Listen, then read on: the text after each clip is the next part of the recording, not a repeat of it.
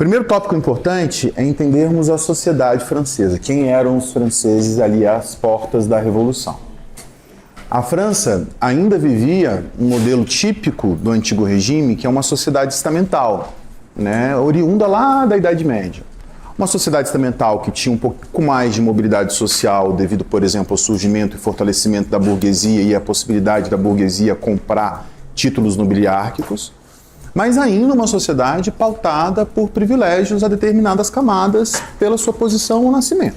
Isso não mudou em relação ao que era desde lá do período medieval. Essa sociedade estamental francesa, ela à época era chamada de sociedade de estados. Você pode chamar de sociedade de estados, ou sociedade de ordens, ou sociedade estamental, é tudo a mesma coisa. E essa sociedade fundamentada em estados, dividida em estados, é dividida em 3 estados. Vamos lá? O primeiro estado francês é o clero. O que é o clero? São os membros da igreja. Qual igreja no caso francês? Igreja católica. Igreja católica. Ah, mas o Edito de Nantes? O Edito de Nantes já tinha sido revogado nessa época, pelo Edito de Fontainebleau, pelo Luís XIV. Tudo bem? E mesmo na época do Edito de Nantes, é importante dizer, a igreja oficial continuou sendo a católica. O que o Edito de Nantes deu foi permissão dos calvinistas poderem professar sua fé, mas a igreja oficial continuava sendo a católica. Bem, aqui então eu tenho o clero que é o clero da igreja católica. E aí eu tenho o clero regular, eu tenho o clero secular, eu tenho o alto e eu tenho o baixo clero, aquelas divisões que nós já conhecemos. Perfeito? O clero na França correspondia a cerca de 1% da população francesa. A França, que à época, em 1789, tinha cerca de 25 milhões de habitantes. Tá? 1% disso eram de membros do clero. O segundo estado é a nobreza. E aí você tem tanto a nobreza de toga, como você tem a nobreza de espada, você tem a nobreza provincial, você tem a nobreza cortesã. Essa nobreza é que conforma esse segundo estado. Essa nobreza que ocupa os principais cargos do governo, junto ao rei. Que rei? Aqui é o Luís XVI. Luís XVI, rei absolutista, casado com a austríaca Maria Antonieta, sobrinha do antigo imperador do Império Sacro Germânico. Esse casal, essa família real que dirigem a França na época e se cercam dos membros das famílias nobres mais poderosas para gerirem o país. E, no caso, esse segundo estado conforma 2% da população francesa. Agora eu vou para o grosso, para a multidão, para o povo francês em geral, que é o terceiro estado. O terceiro estado, gente, começa ali com a burguesia, os empresários. E aí, nos empresários aqui, eu tenho desde a alta burguesia à média burguesia. Então eu tenho ali, por exemplo, o dono de um banco, o dono de uma grande companhia de comércio, o dono de uma fábrica, sim, porque a França já começava a engatinhar na sua primeira revolução industrial aqui na década de 80. Você vai lembrar que a primeira revolução industrial começou a dar seus primeiros sinais na Inglaterra na década de 50, em 1750, mas na França em 80 também já começam a surgir timidamente as primeiras fábricas. Então donos de companhias de comércio, de bancos, de fábricas, de muitas lojas, são os membros da burguesia, da média e alta burguesia. Depois eu venho para os sans-culottes. O que são os sans-culottes? Os sans-culottes são os trabalhadores urbanos. São os trabalhadores de Lyon, de Nice, de Marseille, de Paris, de Toulon, de Toulouse, das cidades francesas. Esses trabalhadores urbanos são chamados de sans-culottes pelo seguinte. Na época, a nobreza tinha, além daquele costume de usar cabelo grande, seja o cabelo masculino grande mesmo, ou na corte aquela peruca branca, uma outra moda típica da nobreza europeia, principalmente francesa, era usar o culottes. O que é o culottes? O culotte é uma calça de tecido de qualidade fino, que vai mais ou menos até aqui a metade da canela, abaixo do joelho, como se fosse uma calça corsário. Tudo bem? E é uma calça normalmente apertada. Apertada mesmo, nas pernas, nos glúteos. Ela é justa. E aí eles usavam aquelas sapatilhas, uma espécie de uma sapatilha, e puxavam uma meia até o encontro da calça. Já viram isso em filmes? Né? Isso são os culottes. Só que A população das cidades não usavam os culotes. Primeiro porque a calça era cara. Segundo que os culotes, você tem que ter todo um cuidado ao andar com ele, porque ele é muito apertado. Na hora de você, por exemplo, dobrar a perna sentado, ele pode rasgar se você não fizer isso com calma. E o trabalhador urbano, ele precisa se deslocar, ele precisa caminhar, ele precisa trabalhar, ele não pode usar uma calça apertada.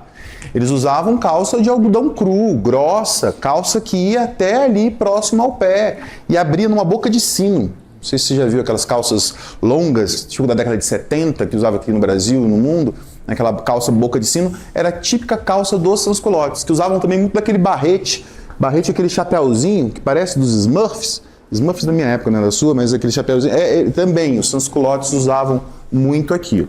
Quem é o sans-culottes? O sans-culottes, ele é o pescador da cidade, ele é o pedreiro, ele é o carpinteiro, ele é o alfaiate, ele é o pequeno comerciante, o pequeniníssimo burguês, dono ali de uma barraquinha de maçãs na feira, ele é o chaveiro, ele é o ferreiro, enfim, são os artesãos e pequeniníssimos comerciantes, ou trabalhadores assalariados, é o professor, é o pequeno advogado. Essa é a massa dos sans-culottes. Agora, além dos sans-culottes e da burguesia, eu tenho a maioria esmagadora da população francesa, 80% da população francesa, que são os camponeses. Os camponeses, por sua vez, são divididos em dois grupos. Os camponeses livres e os camponeses ainda em condição de servidão. É isso mesmo. De 20 a 25% desses 80% dos campesinos, eram ainda servos.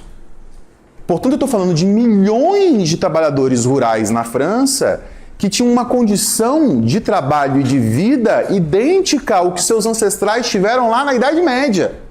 Mas, professor, mas nós estamos em 1789. A Idade Média acabou há mais de 300 anos. Por quê? Porque eu te disse que na história nada é tão preto no branco assim. Os marcos históricos são escolhidos pelos historiadores para marcarem as transições, mas uma época carrega ainda muitas reminiscências da época anterior. E muitas dessas reminiscências, às vezes, demoram séculos para serem dissolvidas. Então a servidão ainda existia na Prússia, a servidão ainda existia na França, a servidão ainda existia na Rússia. Não era a maioria da população camponesa. A maioria da população camponesa eram de camponeses livres. Quer dizer o quê? Que ganhavam salários para trabalharem na terra da igreja, na terra de um empresário, na terra da nobreza, na terra da família real. Até mesmo, em casos mais raros, camponeses que eram donos da própria terra, da própria chacrazinha, e tiravam o seu sustento. Mas 20 a 25%, que são alguns milhões de franceses, ainda estavam presos à terra, sem ganharem salários, pagando impostos para o rei e para o dono da terra em que trabalhavam. Tá aí, galera. Essa é a configuração da sociedade francesa. Esses são os estratos sociais que formam esses 25 milhões de franceses aqui na década de 80 do século XVIII. Agora, eu quero narrar para vocês quais são os múltiplos fatores que, em conjunto, vão levantar a população francesa num dos processos revolucionários mais famosos, se não o mais famoso da história da humanidade. Por que a França vai levantar-se em armas contra o seu esquema de realidade, a sua estrutura de realidade, contra a família real, para inaugurar uma revolução que vai perdurar por 10 anos no território francês e vai reverberar por toda a Europa? Vamos lá então para os fatores geradores, para as causas da Revolução Francesa. Galera, são várias, são múltiplas as causas que se retroalimentam, que dialogam entre si, que vão causar toda essa insatisfação, toda essa crise econômica, política e social que vai levantar as multidões contra a família real. Vamos lá então para essas causas tete a tete. Primeiro, a manutenção da servidão. É óbvio que esses milhões de camponeses estão indignados e insatisfeitos de ainda viverem numa condição de trabalho que os seus tataravós viveram, em que muitos países ao seu redor, como Holanda, como a Inglaterra, já não tinham mais. Pior, de você morar num país onde há camponeses que vivem em liberdade, que vivem na condição de trabalhadores livres, enquanto você, servo, tem que estar preso à terra sem ganhar salário, devendo uma série de obrigações para com o seu senhor. Então essa condição de servidão indigna, enraivece a esses milhões que desejam se libertar. Isso é uma chama no campo, né, que a coroa francesa não havia apagado ainda. Uma chama, uma brasa que mais à frente vai ajudar a estartar um incêndio que vai se espalhar pelo país inteiro. Além da manutenção da servidão. Na França, eu vou ter crises climáticas que vão se abater sobre o país. Por exemplo, em 79, uma praga se espalhou pelas vinícolas francesas. E isso gerou uma crise na exportação de vinho da França. A França, que era uma grande, ainda hoje é uma grande exportadora de vinho. É um produto basilar da sua economia. Em 85 e 87, a França sofreu com secas e chuvas torrenciais. Ora um ano de muitas chuvas, ora outro ano de muitas secas, que acabaram com as plantações, que afetaram, portanto, a agricultura e pecuária. Afetando a agricultura e pecuária, você acaba afetando a oferta de alimentos à população e isso faz com que os preços disparem. Isso faz com que a inflação suba de uma forma impressionante dentro do país.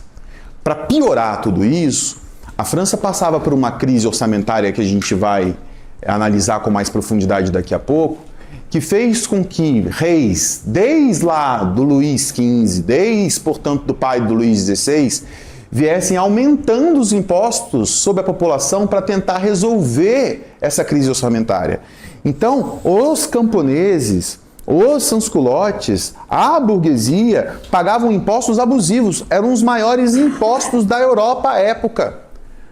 O Estado francês, na tentativa de solucionar um orçamento completamente desequilibrado, que não conseguia se fechar todos os anos, vinha aumentando ano a ano os impostos sobre a população trabalhadora e empresarial francesa, o que vai despertando indignação porque essa população cada vez mais vai empobrecendo, vai corroendo o seu poder de compra.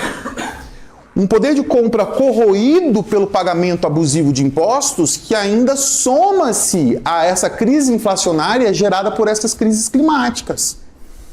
Tem um dado que me é impressionante, que é assim, em 1788, um ano antes da Revolução Francesa, um sans-culottes parisiense, depois que ele pagava os impostos dele, o salário que lhe sobrava, portanto o salário líquido que a gente chama, ele gastava do salário líquido dele 80% do salário apenas para comprar pão. Pão. Não estou contando aqui carne, não estou contando legumes, não estou contando frutas, não estou contando lazer, vestuário, nada. Só para comprar pão. Aqui você consegue perceber, portanto, o nível de pobreza que esses trabalhadores estavam vivendo devido a esse grande surto inflacionário que se abateu sobre o país na década de 80, somado a esses impostos gigantescos cobrados pelo Estado. Impostos gigantescos que também indignavam a população ao perceber um luxo desmedido, um luxo dos mais impressionantes da Europa, que era pautado ali no Palácio de Versalhes. Palácio de Versalhes, onde morava a família real. Palácio de Versalhes que foi construído pelo avô do Luís XVI, o Luís XIV. Palácio de Versalhes que era o maior palácio da Europa, onde moravam milhares, não são centenas, milhares de nobres franceses que viviam às custas desses impostos, recebendo pensões, banquetes, festas, enquanto a população em geral nas cidades estava faminta, onde haviam turbas, multidões de mendigos tentando sobreviver pela mendicância, pelo roubo. Bem, além disso tudo, gente, eu tenho um acordo que vai ser feito entre França e Inglaterra, que é o chamado Tratado de Éden-Reineval. O que vinha acontecendo entre os dois países? Esses dois países vinham num antagonismo político, diplomático, militar já há algum tempo. Esse antagonismo entre França e Inglaterra, por exemplo, nessa segunda metade do século XVIII, né, se constituiu mais fortemente ali na Guerra dos Sete Anos, que eu narrei para vocês, de 1756 a 1763, uma guerra explosiva dividiu a Europa, colocando França de um lado e Inglaterra do outro, e a França foi derrotada. A França foi derrotada, perdeu várias de suas colônias para os países vencedores, inclusive uma colônia gigantesca que é o Canadá, que passou para a posse dos ingleses. E isso aqui, obviamente, indigna os franceses, ao ponto de que a França manda 10 mil soldados na Guerra de Independência dos Estados Unidos para lutarem contra os ingleses e ajudam os norte-americanos a se libertarem dos ingleses. E aí isso vai acabar construindo entre os dois países uma rivalidade, uma indignação que perpassa todas essas décadas aqui, de 60, 70, quando chega em 80, esses países tentando apaziguar esse antagonismo, essa rivalidade, esse atrito, eles criam o Tratado de Éden-Reneval. Porque um dos exemplos dessa rivalidade que estava a acontecer entre os dois países era uma guerra comercial. O que é uma guerra comercial? A França levantou suas taxas alfandegárias sobre os produtos ingleses e a Inglaterra fez o mesmo em relação aos produtos franceses, para tentar impedir que produtos de um país e de outro entrassem, né? Que o comércio entre os dois países fosse limitado, para causar prejuízos à burguesia desses dois países. Só que aqui, na década de 80, na segunda metade da década de 80, é construído o Tratado de Éden-Reneval, em 87, salvo engano. Em 1787 é criado o Tratado de Éden-Reneval, onde esses países vão escolher produtos que vão ter as suas taxas alfandegárias diminuídas para a entrada, para o estímulo da entrada desses produtos no interior desses países. Começariam com 2 produtos lado a lado e depois eles escolheriam outros, para pouco a pouco essas taxas alfandegárias poderem ser derrubadas e isso fomentar um comércio maior entre esses dois países e acabar com essa guerra comercial. O que a Inglaterra escolhe para que a França derrubasse as suas taxas alfandegárias e permitisse à burguesia inglesa entrar com maior intensidade com seus produtos na França? Primeiro, tecido, óbvio, porque a Inglaterra tinha como sua locomotiva principal da Revolução Industrial a indústria têxtil. Então a Inglaterra precisava de mercados consumidores fundamentalmente para a sua indústria de tecidos. Então vai pedir à França que derrube as taxas alfandegárias sobre a produção, sobre a entrada, de tecidos. E a França o faz. Segundo, a Inglaterra também pede diminuição nas taxas alfandegárias sobre maquinários. A Inglaterra, que já vivenciava o seu auge da Revolução Industrial, já produzia maquinários, queria vender esses maquinários. E a França vai derrubar as taxas alfandegárias para vender essas máquinas à França. Por um outro lado, o que a França pede à Inglaterra? Que derrube suas taxas alfandegárias sobre o vinho francês, porque a França, assim como Portugal, eram países exportadores de vinho, e que também diminua a produção, a taxa alfandegária sobre produtos de luxo. Num primeiro momento, seda, que diminuísse as taxas alfandegárias sobre a seda. Mas no segundo momento vai vir a porcelana, vai vir os perfumes, porque você lembra que a França, desde lá do Colbert, desde lá do Luís XIV, já tinha esse nicho especializado na produção de produtos de artigos de luxo para abastecer a Europa.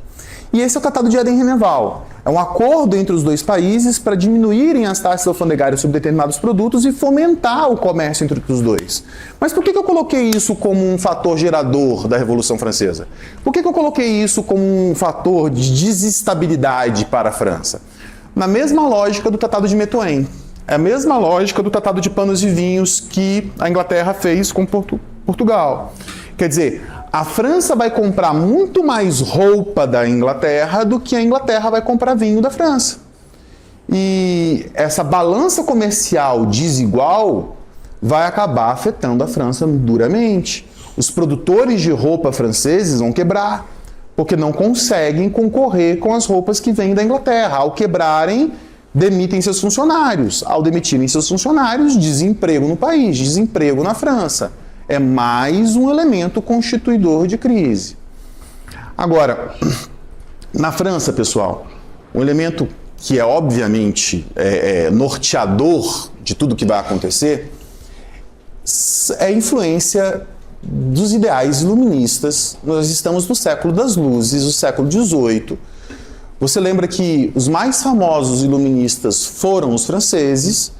Então, Montesquieu, Rousseau, Voltaire, Diderot, esses caras são todos franceses, escreveram suas obras, lançaram as suas obras no século XVIII na França, e muitos membros letrados, intelectuais da burguesia que frequentaram os ambientes universitários, advogados, engenheiros, médicos, Esses caras eram contaminados, contagiados, empolgados, encantados, seduzidos pela construção de um país novo, pautado pelos ideais desses grandes revolucionários.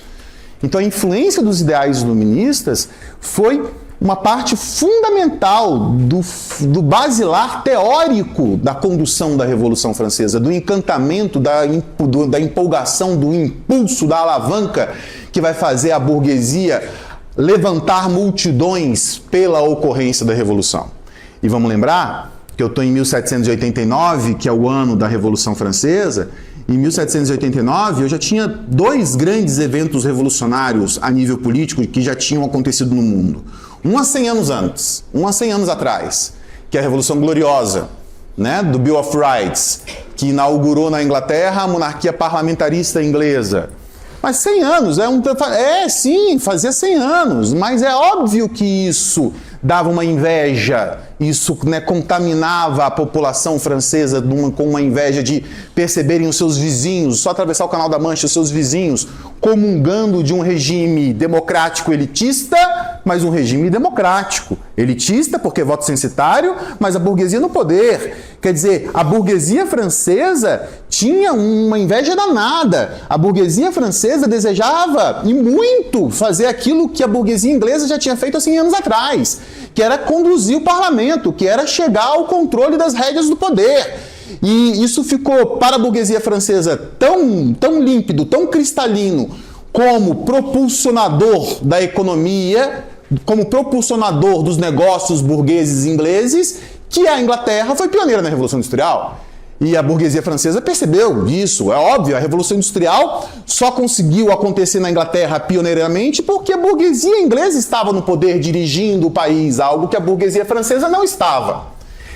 Em 1776, acontece a independência dos Estados Unidos, a declaração de independência dos Estados Unidos, que os franceses, inclusive, apoiam. Quer dizer, no antagonismo implícito, tropas absolutistas apoiando um movimento que vai construir uma república democrática de fato dentro dos Estados Unidos da América.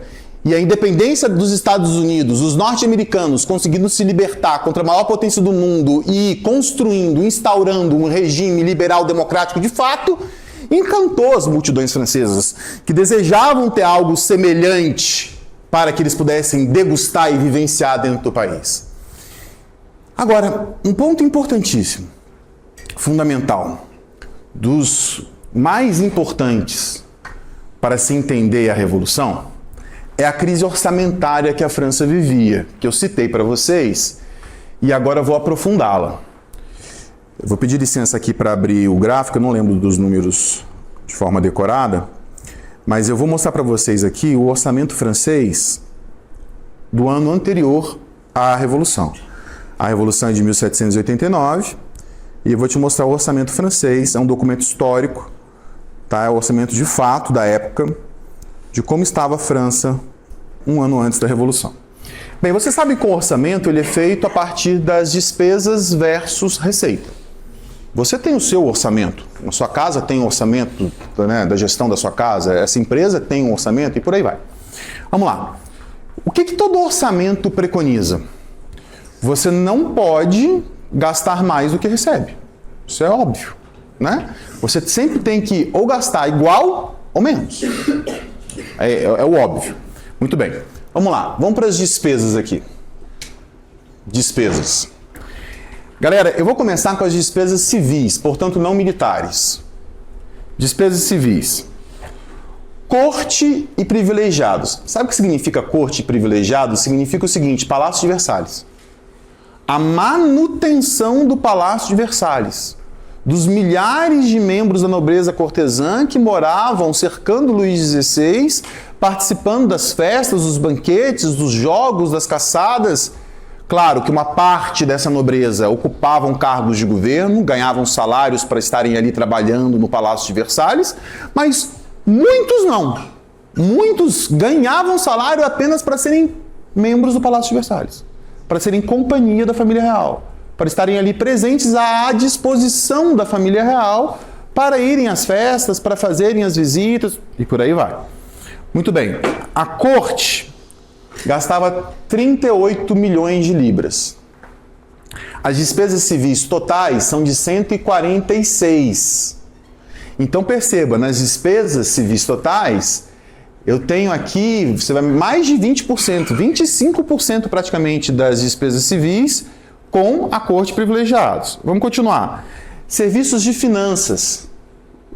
Serviços de finanças. Os serviços de finanças, de toda a parte de contabilidade de impostos, né, de recolhimento dos impostos, a estrutura para que isso aconteça na França, 38 milhões. Depois, economia pública. Tudo aquilo que é público, das estradas, das pontes, dos aquedutos, né, de toda a parte da estrutural da economia pública, 32 milhões. Administração e justiça. A justiça do país, os tribunais. Os tribunais gastavam 19 milhões. Educação, porque sim, tinha educação pública na França, 1 milhão. Caridade e assistência. Olha como o Estado já percebia a panela de pressão que estava em funcionamento. O Estado francês gastava 18 milhões com caridade. Para você criar uma imagem de um rei benevolente, de um rei paternalista que apoia os mais humildes, você cria aqui uma válvula de escape para a pressão social que já estava acontecendo no país, com 18 milhões. Muito bem, isso aqui são as despesas civis. Agora vamos para as despesas militares, então Exército e Marinha, e diplomáticas, juntos. Tá? Então todos os diplomatas espalhados pelos países ao redor do mundo. As despesas militares e diplomáticas, somando, davam 165 milhões. Maiores que as despesas civis. Despesas militares e diplomáticas maiores que as despesas civis. Você vê que a França tinha, sim, um grandioso exército. A França tinha uma força militar invejável. A França era uma das maiores forças militares do mundo. Perfeito. Agora vamos lá. Galera, olha isso aqui. Juros da dívida. Como assim dívida? Dívida que o Estado francês tinha com banqueiros de dentro do país e de fora. Dívida de títulos nacionais vendidos à população. Tudo bem, título da dívida pública? Quando você compra do Estado uma dívida que o Estado passa a ter com você, você pode fazer isso, comprar um título da dívida pública. Você vai lá, compra por 5 mil reais ou por 10 mil reais, aí tem vários valores, né? Aí você compra aquilo ali e aí o Estado passa a ter uma dívida com você. E aí ele tem um prazo para te pagar isso, com determinados juros. Os juros da dívida pública, com as pessoas que compravam esses títulos de dívida pública, ou com os empréstimos que o Estado tinha feito junto a banqueiros do país, ou com banqueiros internacionais, todos os juros da dívida, gente, e ó, presta atenção, é os juros, hein? É os juros, não é a dívida em si. Porque quando você pega 5 mil reais emprestado e vai pagar 10 parcelas de 1.000, você está pagando 500 reais de juro em cada parcela. Tudo bem? Os juros da dívida aqui, no caso, era de 310 milhões. 310 milhões. Juros da dívida. Os juros da dívida era maior do que as despesas civis e militares, quase que somadas. Ainda tem diversos, que ele coloca aqui, que não dá para saber o que é, diversos, de 8 milhões. Total do gasto do Estado francês no ano de 88. Isso aqui é o orçamento de 1788. O total do gasto, 629 milhões. Perfeito. Vamos para a receita. Vamos ver quanto que o Estado arrecadava. Receita. Isso aqui é despesas. Receita. Impostos diretos. O que é imposto direto? É o imposto que é cobrado junto ao cidadão. O cara vai lá na porta, né, e cobra o imposto. Ou como vem hoje no contra-cheque, INSS, imposto de renda, vem descontado diretamente ali do... Ok? Esse imposto direto era de 158 milhões. 158 milhões. Impostos indiretos, que é o imposto cobrado sobre o comércio. Tá bom? Taxa alfandegária, imposto de produção, imposto indireto. 208 milhões. Loteria, já tinha loteria na época, loteria, 10 milhões. Aí ele coloca aqui receitas diversas, que também não dá para saber exatamente de onde vêm essas receitas diversas, 127 milhões. Total, 500 e 3 milhões. Vamos lá. Isso aqui, gente, você sabe que isso aqui não pode acontecer, né? Se você receber um salário de 8 mil, você não pode ter gasto 9 mil. Né? Por motivos óbvios. Você só consegue gastar aquilo que você possui. Então é o seguinte, o que obrigatoriamente o rei Luís XVI fez no ano de 88? Um outro empréstimo. Percebe? Obrigatoriamente, ele teve que fazer um empréstimo de pelo menos de 126 milhões para conseguir fechar o orçamento. Senão ele não fechou. Bem, se ele fez um empréstimo de 126 milhões, no orçamento do ano seguinte, de 89, o que vai acontecer com esse número aqui dos juros da dívida? Vai aumentar. E aí você percebe que isso aqui é uma bomba relógio? De que isso aqui vai gerar a falência do orçamento francês? Porque vai chegar um momento em que os juros da dívida vai ultrapassar a receita? E aí, o que a França seria obrigada a fazer? Moratória. Moratória interna e externa. O que é moratória? É parar de pagar a dívida. Calote. É calote. Devo e não pago. Você para de pagar o cara que comprou o título da dívida e você para de pagar os banqueiros internacionais. Uma moratória, que é horrível. Horrível. A nível internacional, diplomático, comercial, né? Acabaria com a economia francesa. Então é o seguinte, vamos lá, vamos brincar de ser rei. O que você faria? O que você modificaria aqui? Porque é o seguinte, é meio óbvio, né? Só existem duas formas. Duas formas. Primeiro, aumentar a receita. Segundo, diminuir as despesas. As duas juntas, melhor ainda. Que aí você equilibra. Que é o que acontece em casa quando um dos nossos pais, os dois, perdem o emprego, né? Corta o Netflix, corta, né? Vai cortando as coisas obsoletas.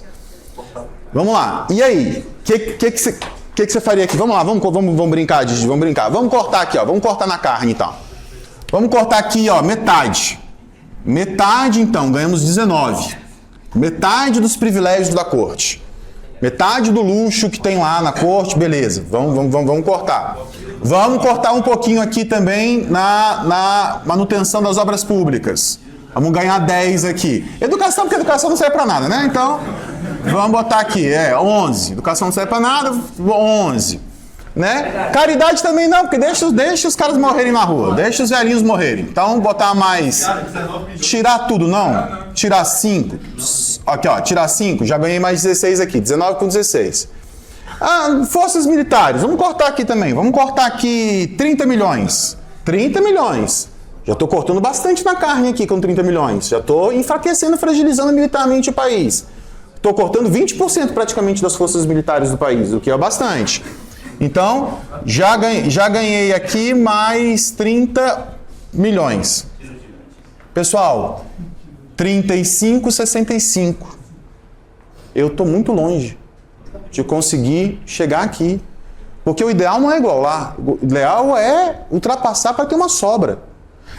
Mas só mexer aqui, aumenta, não dá para aumentar os impostos. Já estava refinanciada. Essa dívida já estava renegociada. Professor, mas então aumenta os impostos. Eu disse a você que os impostos já eram devidamente abusivos, que a população já estava no limite, que o coitado dos sans-culottes, quando recebia o salário líquido depois de pagar os impostos, gastava 80% para comprar pão. Não tem como se aumentar os impostos sobre essa população. Não tem. E aí, o seguinte, o Luís XVI estava numa enrascada terrível. O que o Luís XVI então vai fazer? Ele vai fazer o seguinte. Ele vai ter ministros na década de 80, que é o Turgot, o Necker, o Calonne, são ministros da economia, foram 3 ministros, que eram inclusive simpáticos da fisiocracia. E esses 3 ministros, os 3 que eu citei, o Necker, o Turgot e o Calonne, disseram o seguinte a ele, só há uma saída. Além de, obviamente, cortar na carne, diminuir os gastos, há uma saída mais óbvia, que é aumentar a receita fazendo aqueles que não pagam e nunca pagaram impostos passarem a pagar. Pessoal, vamos lá. Quem eram aqueles que nunca pagaram impostos? O clero e a nobreza. O cálculo dos historiadores hoje é que se o clero e a nobreza, na época, pagassem impostos, isso daria entre 80 e 100 milhões a mais de receita. Imagina se você ganhar 90 milhões a mais, dá para cortar na carne, dá para equilibrar. Você consegue começar a sair dessa lama, desse buraco. Ok? E aí o que então o Luís XVI fez? O Luís XVI convocou a Assembleia dos Notáveis. E aí, não sei se você vai lembrar dessa aula minha lá do Filipe o Belo, que é a primeira assembleia criada pela monarquia francesa ainda medieva, onde a Assembleia dos Notáveis convoca-se representantes da elite, dos notáveis na França, no caso, o primeiro e o segundo estado. Então, eleições no país, onde apenas membros do primeiro e segundo estado tiveram o direito de escolher seus representantes, que foram ao Palácio de Versalhes se encontrar com Luís XVI. Ao se encontrarem com Luís XVI, o que Luís XVI, com seu ministro da Economia, fez? Apresentou o orçamento. Apresentou esse abacaxi gigantesco que a França vivia. E disse a eles, não há uma outra saída. Já pensamos em todas as saídas possíveis, não há. A única saída é, vocês precisam passar a pagarem impostos como todo o terceiro estado o paga. Quando Luís XVI propôs isso à nobreza, porque é nobreza, né? Os membros do alto clero são membros da nobreza também. Quando ele propôs isso à nobreza, na Assembleia dos Notáveis, ele ouviu mais ou menos o seguinte: Vossa Majestade não fará. Você não será o elo fraco da família Bourbon. As famílias nobres na França nunca pagaram impostos. Há mais de 1000 anos que a França existe e nós nunca tivemos carga tributária cobrada sobre os membros das famílias mais proeminentes, antigas e importantes do país. Se Vossa Majestade continuar nessa intenção, levantaremos os nossos homens para derrubá-lo do trono. Ele recebeu uma ameaça da nobreza francesa, de uma revolta nobiliárquica para derrubá-lo do trono, caso ele seguisse nessa intenção. A pressão, o golpe foi tão forte sobre o Luís XVI que ele recuou. Ele acabou com a Assembleia dos Notáveis, disse que não criaria os impostos. A Assembleia dos Notáveis não é uma assembleia decisiva, é uma assembleia consultiva. A França é uma monarquia absolutista, quem cria a decisão de fato é Luís XVI. Mas temeroso de que houvesse uma revolta nobiliárquica contra a sua coroa, ele não cria. E volta a ter o mesmo abacaxi que ele não consegue descascar. Volta a ter o mesmo abacaxi que ele não consegue descascar. Gente, nesse momento, ele tem uma ideia, os seus ministros lhe apoiam e ele tem a seguinte ideia: vamos convocar então uma outra assembleia, uma assembleia que o Filipe o Belo criou. Vamos convocar a Assembleia dos Estados Gerais, que não era convocada na França desde 1614. Quer dizer, há mais de 170 anos que essa assembleia não era convocada no país. Vamos convocar a Assembleia dos Estados Gerais para que nós possamos ter representantes do primeiro, do segundo, mas também representantes do terceiro estado. Para quê convocar essa assembleia? Para apresentar o orçamento do país, para apresentar o problema econômico que o país vive e ter propostas para tirar a França dessa lama. Agora, você percebe a jogada do Luís XVI? Que a jogada do Luís XVI é o seguinte: quando os representantes dos 3 estados se juntassem com ele no Palácio de Versalhes e começassem a apresentar as propostas ao rei e à nação de como tirar a França da lama, obviamente o terceiro estado proporia o quê? Que o primeiro e o segundo estado pagassem impostos. E aí o primeiro e o segundo estado teria que ser obrigado a negar o pagamento de impostos não ao rei, mas ao povo, ao terceiro estado. E se tivesse que fazer uma ameaça ao rei, faria uma ameaça ao rei em frente ao povo, ao terceiro estado. Percebe então que a ideia de convocar a Assembleia dos Estados Gerais foi um escudo que Luís XVI criou ao seu redor para conseguir avalizar a criação desses impostos, que era a única saída para tirar a França da crise? E aí, quando ele anuncia em 89 a convocação da Assembleia dos Estados Gerais, festa no país. Há 170 anos que o país não vivenciava uma Assembleia dos Estados Gerais. O povo vai às urnas escolher seus representantes para se reunirem no Palácio de Versalhes e decidirem o futuro da França. Quando eu falo povo, cuidado, povo mais ou menos, porque o voto estabelecido para a escolha dos representantes da Assembleia dos Estados Gerais era voto censitário. Então, do terceiro estado, qual é a camada social que vai participar? A burguesia, perfeito. E aí temos eleições, mesmo assim, os sans-culottes ficaram maravilhados, né? Tudo bem, é a burguesia que vai participar, mas a burguesia tem interesses em comum com o povo, de tirar o país dessa lama, de gerar progresso econômico. Então, eleições no país inteiro escolhem membros para o primeiro, para o segundo e para o terceiro estado. Gente, mais de 1.000 pessoas. Eu não vou lembrar o número exato, mas é mais ou menos assim. 574 juntando o primeiro e o segundo estado e 643, uma coisa assim, juntando o terceiro estado. Mais de 1.000 pessoas no Palácio de Versalhes. A nata da sociedade francesa. Tem um quadro magnífico que mostra a Assembleia dos Estados Gerais reunida, com o rei Luís XVI num grande trono e ali uma multidão de pessoas no salão, né, para inaugurar a reunião. O rei Luís XVI faz um discurso da importância daquela Assembleia, apresenta as dificuldades que o país vivia e por que ele tinha convocado a Assembleia, e a Assembleia vai começar a trabalhar. Lembre-se, a Assembleia dos Estados Gerais é um órgão consultivo, não um decisório. Então, como é que funcionava a Assembleia? Depois que o rei apresentou os problemas que a França vivia, os representantes dos 3 estados foram para as salas do Palácio de Versalhes se reunirem para escreverem propostas. Para tirar a França da crise. E aí, depois de dias de trabalho dos representantes dos 3 estados criando as suas propostas, eles se reuniram de novo para apresentarem essas propostas. Apresentarem a quem? Ao rei e a toda a Assembleia. Aí, depois que os 3 estados apresentassem as suas propostas, o que aconteceria? Uma votação. Uma votação onde os membros da Assembleia escolheriam as melhores propostas. E as melhores propostas, avalizadas pela população francesa, pelos 3 estados, iria para a mesa do rei. E o rei colocaria em prática ou não.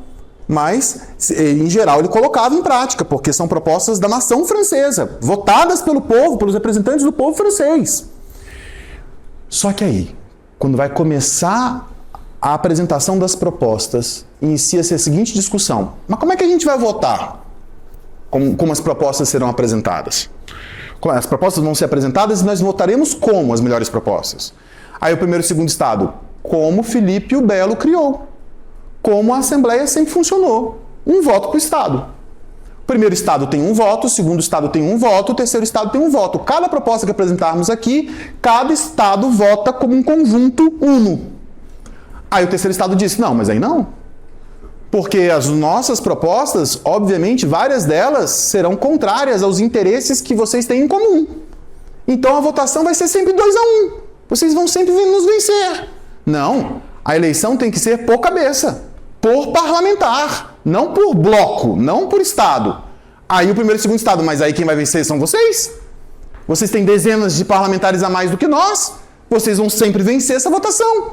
Não! E aí começa um bate-boca no salão do rei, com o rei presente. Voto por estado, voto por cabeça, voto por estado, voto por cabeça, que quase vai às vias de fato.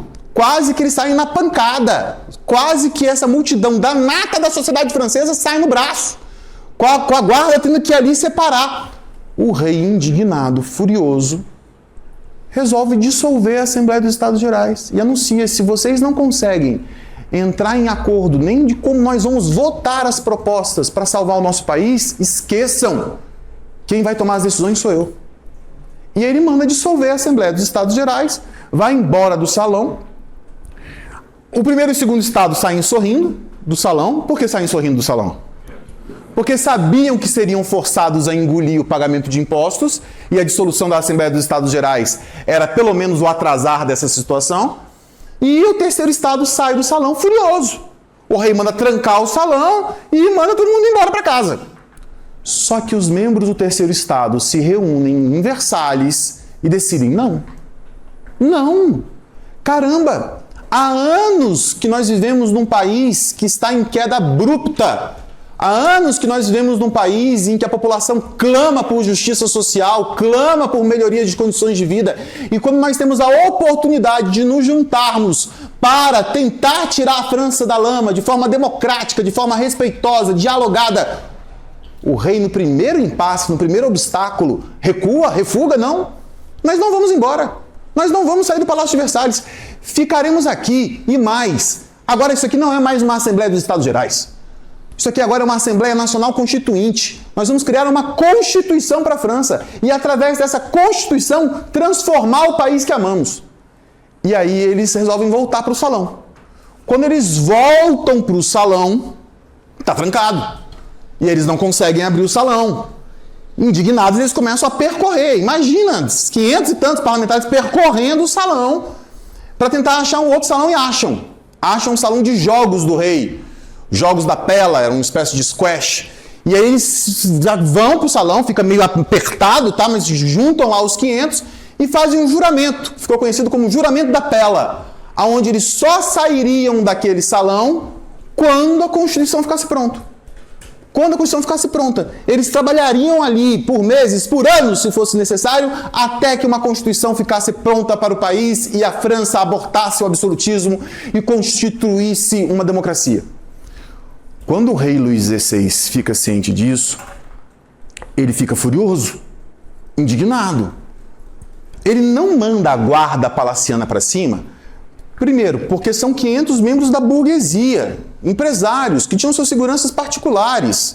Então você bota mais de 1000 seguranças que estavam aqui à disposição desses caras. Ele ia começar um banho de sangue dentro do palácio. Então o rei não faz isso. Com a guarda palaciana, que não era tão numerosa assim, ele resolve não impedir o início dessa Assembleia Nacional Constituinte. E mais, ordena ao primeiro e segundo Estado.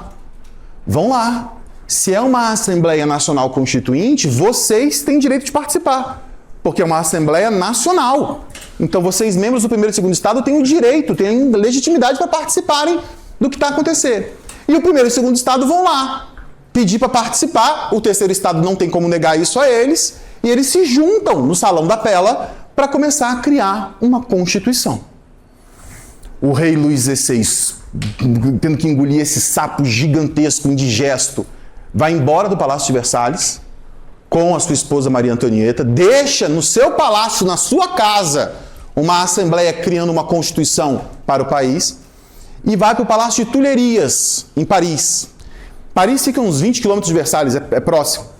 E vai para o Palácio de Tuileries. Chega lá no Palácio de Tuileries e quando ele chega no Palácio de Tuileries, pouco tempo depois, o que ele vê? Uma Paris se levantando em alegria. Uma Paris onde os sans-culottes vão às ruas dançar, se embriagar, cantar e festejar. Por quê? Porque a notícia chegou a Paris de que os membros do terceiro Estado, de forma corajosa, heróica, tinham desafiado Luís XVI e a história absolutista da França e estavam no Palácio Real, nas barbas da monarquia, criando uma Constituição para a França. E os sans-culottes parisienses comemoraram, e o rei Luís XVI, furioso no Palácio de Tuileries, vivenciando aquilo. Passa-se alguns dias e a população francesa fica ciente, população de Paris, mais especificamente, de que o rei Luís XVI tinha dado ordem para que tropas do norte da França se deslocassem em direção a Versalhes. E aí o que fica óbvio à população? Ele vai mandar invadir o palácio e acabar com a Assembleia Constituinte. Ele vai, na marra, acabar com o sonho de uma França democrática. E a população de Paris ficou indignada, desesperada. Caramba, a nossa esperança de construir um país melhor para os nossos filhos e netos está a pouco, a um fio de ir pelo ralo. E aí dizem que num discurso emocionado e eloquente de um advogado em cima de uma mesa de um bar, fez que uma multidão começasse a pensar o seguinte: vamos proteger a Assembleia. E aí um grito de ordem começa a se espalhar a partir desse bar pelas ruas. Cidadãos, às armas! Cidadãos, às armas! Cidadãos, às armas! E a população começa a procurar armas. Pessoas pobres, padeiro, pedreiro, pescador, alfaiate, começam a procurar armas para se armarem e formarem uma milícia que pudesse proteger a Assembleia Nacional Constituinte. Ficaram então cientes que havia um hospital do exército, onde havia um arsenal ali guardado. Uma multidão de centenas de pessoas invadiram o hospital, acharam o arsenal. Milhares de fuzis e pistolas. Pegaram os fuzis e pistolas. Declararam que agora eles estavam ali criando a Guarda Nacional Francesa. Uma guarda popular que se colocaria em proteção à Revolução, em proteção à Assembleia Nacional Constituinte. Só que tem um problema. Não tinha bala e pólvora para todas essas armas. Só que aí vem a notícia de que na Bastilha havia grande quantidade de pólvora e de munição para aquelas armas. A Bastilha, que era uma fortaleza-prisão, um dos símbolos maiores do absolutismo francês, porque era uma prisão de prisioneiros políticos, que é um símbolo do autoritarismo, né? Você prender alguém pela sua opinião, pelo seu posicionamento político. Então, essa população armada sai do hospital e muitas centenas de pessoas que vão se transformar em milhares chegam à Bastilha. Quando chegam à Bastilha, o governador da Bastilha, o oficial, o comandante-governador, tranca a Bastilha. Ele estava com poucos soldados, mas ele não vou abrir, vocês não vão entrar. E a população começa a negociar, tentando mostrar para ele que eles iam entrar, que eles tinham que pegar a munição. E aí não se sabe quem atirou primeiro, se foram os populares ou os soldados. Mas alguém atirou e aí começa uma troca de tiros. Quase 2 horas de troca de tiros. Até a população conseguir invadir a Bastilha, matar todos os soldados, arrancar a cabeça do governador da Bastilha, colocar na ponta de uma lança e a população armada, girando a cabeça dele pelas ruas e gritando liberdade, fraternidade, igualdade pelas ruas de Paris. E o rei Luís XVI, ao ver Bastilha em chamas e a população nervosa e ao mesmo tempo comemorando pelas ruas armadas, pergunta a um ministro dele: o que é isso? É uma revolta? E o ministro responde: não, Vossa Majestade, é uma revolução. Essa é a queda da Bastilha, né? Que é um marco do início da Revolução Francesa. A queda da Bastilha que não é só metafórica, né? A gente pensa a queda da Bastilha como a tomada da Bastilha, né? Mas nos dias posteriores, a população demoliu a Bastilha mesmo, tijolo por tijolo, derrubaram a Bastilha todinha, para arrancar esse símbolo do autoritarismo da França. E agora cria-se em Paris a Guarda Nacional, que é uma milícia, uma população trabalhadora armada, que está ali à disposição de proteger a Assembleia. E o rei Luís XVI, então, é obrigado a recuar. Ele não continua enviando as tropas em direção a Versalhes. Porque ele sabia que se ele continuasse o intento dele de invadir Versalhes e acabar com a Assembleia, o que ele startaria no país? Uma guerra civil. E o que aconteceu com a última guerra civil que explodiu na Europa? O que aconteceu com um rei que vivenciou uma última guerra civil? Perdeu a cabeça, Carlos I, né? Então, o Luís XVI conhecia a história, sabia que uma guerra civil poderia trazer a sua derrota, então ele manda frear o avanço das tropas. E aqui, galera, começa a primeira fase da Revolução Francesa.